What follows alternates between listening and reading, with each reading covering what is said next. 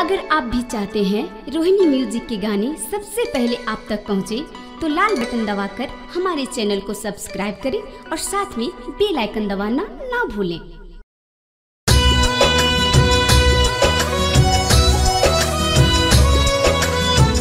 Music by SK सम्राट।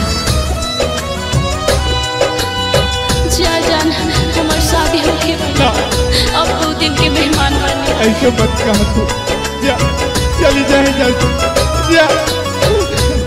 दिल लेके हमर जान दिहलू, काहे तू गम कैसे दिखाई अपना दिल के जख्म। दिल लेके हमर जान दिहलू, काहे तू गम कैसे दिखाई अपना दिल के जख्म। प्यार में धोखा दिहलू, काहे बोला सनम।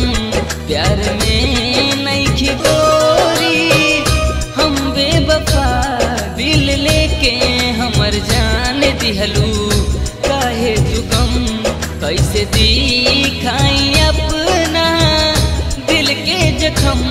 प्यार में धोखा दिहलू, काहे बोला सनम। प्यार में धोखा दिहलू, काहे बोला सनम। आई लव यू जान, आई लव यू। जान हमार शादी होके अब 2 दिन के मेहमान बने। जा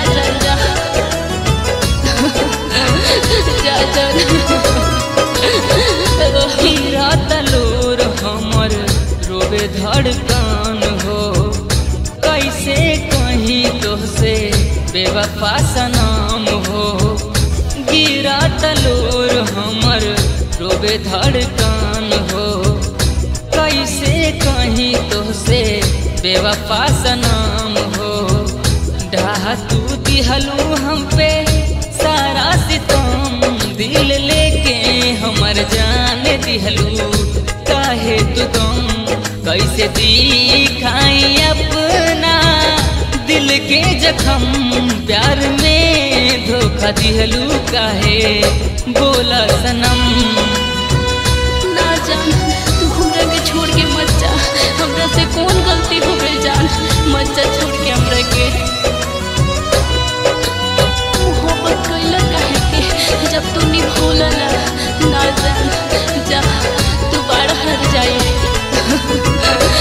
जा जान दिल के लहू से हाथे मेहंदी रचैलू, ललित के छोड़ के काहे दूसरे के भैलू। दिल के लहू से हाथे मेहंदी रचैलू, ललित के छोड़ के काहे दूसरे के भैलू। तुम के धोखा देके बोला सनम, दिल लेके हमर जान दिहलू, काहे तू गम कैसे दिखाई अपना दिल के जख्म। प्यार में नहीं दिहलू, काहे